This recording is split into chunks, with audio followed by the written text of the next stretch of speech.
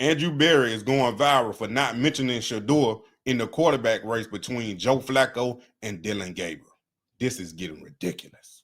The dangest thing. I mean, if you think about it, like just think about it from the quarterback position. Some of the most fun we've had in this organization was the run Joe was on a couple of years ago. Mm-hmm.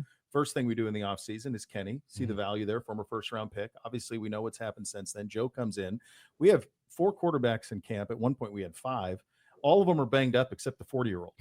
Somehow he's the healthy one, and he's going to get the start. And it's such a warm blanket to have him around. But that whole process, how you guys handled the room, kind of walk people through it, if you would, in terms of where we got to where we are now.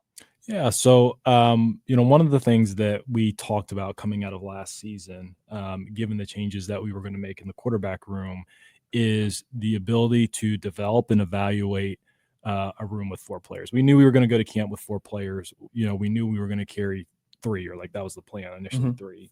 And then really just how the offseason unfolded, we felt like we had 4 players that excuse me. Now, how you lying? That we felt were 53-man worthy. And so a big way of how we structured and redesigned our practices is something that the offense staff calls 2-spotting. And it's essentially like what you see in college football, where you divide the team in half.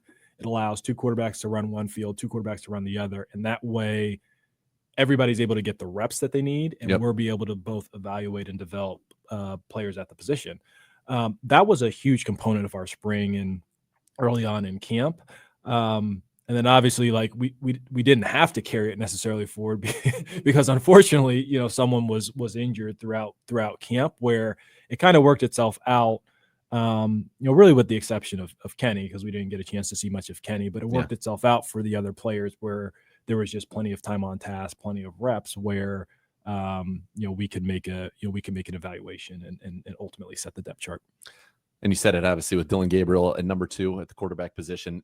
I just remember still watching in his first start, just being like this, the things that you liked about him on tape, he's showing you right now. And then it continued obviously against the Rams, gave you guys a lot of comfort with him to make the decision to trade Kenny. You got a nice offer for him there, but how has Dillon been in terms of stepping into that role? We've got a very youthful quarterback, and obviously with Joe Flacco there now in that quarterback room, and with Shedeur, so 2 young guys and the wily old veteran. Yeah, it's quite the contrast, right? But in many ways, in very many ways, right? We've got a lefty versus a righty, 40-year-old versus a 24-year-old, a 6'6" guy versus a 5'11" guy. So understand it's a little bit of a contrast, but Dillon's been awesome.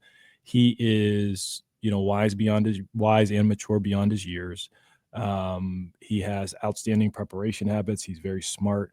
And he fits what we want to do. He's highly accurate, a good decision maker, has enough mobility, has a good arm, can make every throw that we need. And we've seen him just consistently and rapidly improve over the course of training camp. No mention of Shedeur at all. But if y'all remember in the press conference, when they get a question about Shedeur, they always want to include the other quarterbacks. But not this time, Andrew. Not this time. You are asked about Joe Flacco and Dillon Gabriel, and that's who you stuck with. You didn't even throw Shedeur name in there. But when it's reversed, it's the opposite. They throw every other quarterback name in there when they answering the question about Shedeur. Now all of a sudden, Dillon Gabriel got a good arm and he's mobile enough. Shedeur got slandered by not being mobile and having a weak arm.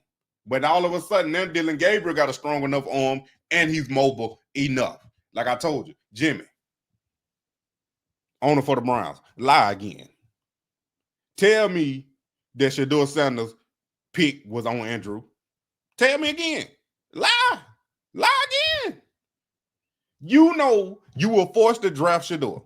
Andrew didn't even think about mentioning Shedeur. Y'all was forced to draft Shedeur, like I've been saying since May. This is collateral collusion. I'm going to keep saying it. This is ridiculous, man. But wait, you're going to be forced to play Shedeur, man. Andrew, I don't want to hear nothing. Oh, we had it. No. You either going to get fired or you're going to look like a genius.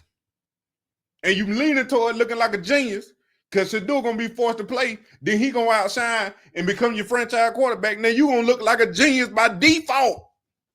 You didn't even try to get him. This is getting out of hand.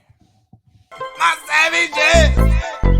Moneymane in the thing of a T and playing no games. Should already know my name when I speak in CC Flame. Got my YouTube poppin', man. Like, subscribing, everything in between. You already know Moneymane. You all